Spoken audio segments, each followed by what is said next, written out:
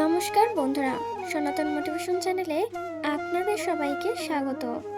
বন্ধুরা, আজ 13ই ফেব্রুয়ারি 30শে মাঘ শুক্রবার। আজকের দিনেই পালিত হচ্ছে পবিত্র বিজয়া একাদশী। ফাল্গুন মাসের কৃষ্ণপক্ষের একাদশী তিথিতে বিজয়া একাদশী ব্রত পালিত হয়। এই একাদশী ব্রত পালনে শত্রু ও বাধা বিপত্তি দূর হয়, পাপ ক্ষয় হয়, মানসিক শান্তি ও আত্মশুদ্ধি লাভ হয়, জীবনে গুরুত্বপূর্ণ কাজে সাফল্য আসে, পরম গতি বা মোক্ষ লাভের পথ সুগম হয়। এই একাদশী ব্রত কথার শ্রবণ কীর্তন মাত্রই বাজপেয় যজ্ঞের ফল লাভ হয়। আজকের দিনে অনেকেই হয়তো এই বিজয়া একাদশী ব্রত পালন করছেন, এবং যারা কোনো কারণবশত এই বিজয়া একাদশী ব্রত পালন করতে পারছেন না, তারাও ভগবানের সম্মুখে একটি প্রতীক প্রচলন করে ব্রত কথাটি শ্রবণ করতে পারেন। তাতেও এই ব্রতের পূর্ণ ফল অনেকাংশেই লাভ করা সম্ভব। আশা করছি দর্শক বন্ধুরা ব্রত কথাটি শ্রবণ করে আপনাদের ভালো লাগবে। ভিডিওটি ভালো লাগলে অবশ্যই একটি লাইক করবেন, এবং আপনি যদি এই চ্যানেলের নতুন দর্শক হয়ে থাকেন তাহলে এখনই চ্যানেলটিকে সাবস্ক্রাইব করুন। তাহলে শুরু করা যাক বিজয়া একাদশীর ব্রত কথা। জয় শ্রীকৃষ্ণ, রাধে রাধে। স্কন্দ পুরাণে এই একাদশীর মাহাত্ম্য বর্ণিত হয়েছে।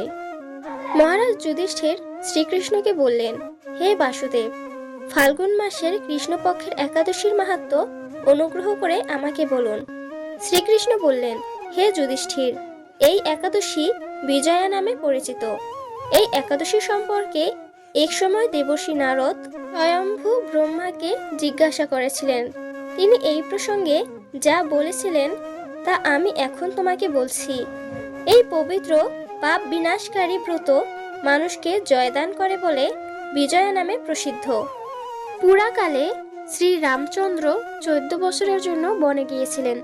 সীতা ও লক্ষ্মণের সঙ্গে তিনি পঞ্চবটির বনে বাস করতেন। সেই সময় লঙ্কাপতি রাবণ দেবী সীতাকে হরণ করে। সীতার অনুসন্ধানে রামচন্দ্র চতুর্দিক ভ্রমণ করতে থাকেন।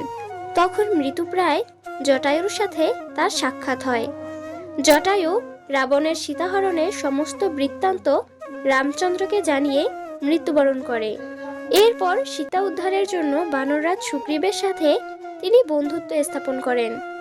ভগবান রামচন্দ্রের কৃপায় হনুমান লঙ্কায় গমন করেন।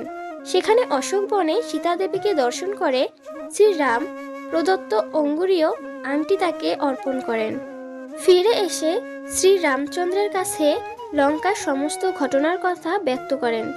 হনুমানের কথা শুনে রামচন্দ্র সুগ্রীবের পরামর্শে সমুদ্র তীরে যান।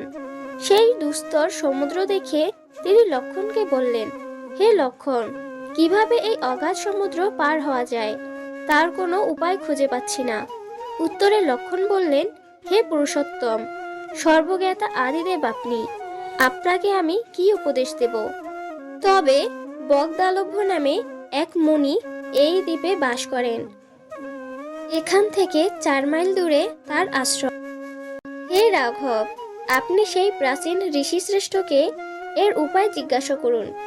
লক্ষ্মণের মনোরম কথা শুনে তারা সেই মহামুনির আশ্রমে উপনীত হলেন। ভগবান রামচন্দ্র ভক্তরাজ সেই মুনিকে প্রণাম করলেন। মুনিবর রামচন্দ্রকে পুরাণ পুরুষ বলে জানতে পারলেন। আনন্দ ভরে জিজ্ঞাসা করলেন, হে রামচন্দ্র, কি কারণে আপনি আমার কাছে এসেছেন তা কৃপা করে বলুন। শ্রী রামচন্দ্র বললেন, হে মুনিবর, আপনার কৃপায় সৈন্যসহ আমি এই সমুদ্র তীরে উপস্থিত হয়েছি। রাক্ষসরাজের লঙ্কা বিজয় করাই আমাদের প্রধান উদ্দেশ্য। যাতে এই ভয়ঙ্কর সমুদ্র উত্তীর্ণ হতে পারি তার উপায় জানবার জন্য আমরা আপনার কৃপা প্রার্থনা করি। মুনিবর প্রসন্ন চিত্তে পদ্মলোচন ভগবান শ্রী রামচন্দ্রকে বললেন, হে রাম, আপনার অভীষ্ট সিদ্ধির জন্য যে শ্রেষ্ঠ ব্রত করণীয় আমি তা বলছি। ফাল্গুন মাসের কৃষ্ণপক্ষের বিজয়া নামক একাদশী ব্রত পালনে আপনি নিশ্চয়ই সৈন্যসহ সমুদ্র পার হতে পারবেন। এই ব্রতের বিধি শ্রবণ করুন।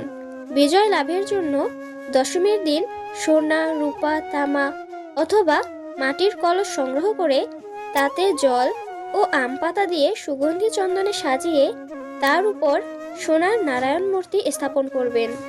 একাদশীর দিন যথাবিধি প্রাতস্নান করে কলসের গলায় মালা চন্দন পরিয়ে উপযুক্ত স্থানে নারকেল ও গুবাক দিয়ে পূজা করবেন। এরপর গন্ধ, পুষ্প, তুলসী, ধূপ, দীপ, নৈবেদ্য ইত্যাদি দিয়ে পরম ভক্তি সহকারে নারায়ণের পূজা করে হরিকথা কীর্তনে সমস্ত দিন যাপন করবেন। রাত্রি জাগরণ করে অখণ্ড ঘি প্রদীপ প্রজ্বলিত রাখবেন। দ্বাদশীর দিন সূর্যোদয়ের পর সেই কলস বিসর্জনের জন্য কোনো নদী, সরোবর বা জলাশয়ের কাছে গিয়ে বিধি অনুসারে পূজা নিবেদনের পরে তা বিসর্জন দেবেন। তারপর ওই মূর্তি বেদজ্ঞ ব্রাহ্মণকে দান করবেন। এই ব্রত প্রভাবে নিশ্চয়ই আপনার বিজয় লাভ হবে।